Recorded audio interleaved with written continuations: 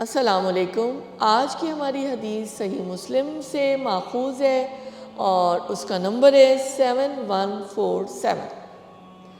بسم اللہ الرحمن الرحیم۔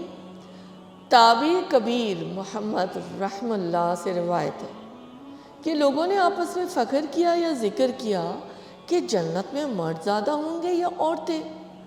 حضرت ابو ہریرہ رضی اللہ عنہ کہنے لگے، کیا ابو القاسم صلی اللہ علیہ وآلہ وسلم نے نہیں ارشاد فرمایا جنت میں داخل ہونے والے پہلے گروہ کے چہرے 14ویں رات کے چاند کی طرح چمکیں گے اور دوسرے گروہ کے چہرے آسمان پر چمکدار ستارے کی مانند چمک رہے ہوں گے، اور دونوں گروہوں میں سے ہر مرد کے لیے 2 بیویاں ہوں گی جن کی پنڈلیوں کا گودا گوشت کے اندر سے نظر آ رہا ہوگا، اور جنت میں کوئی آدمی بن بیاہا نہیں ہوگا۔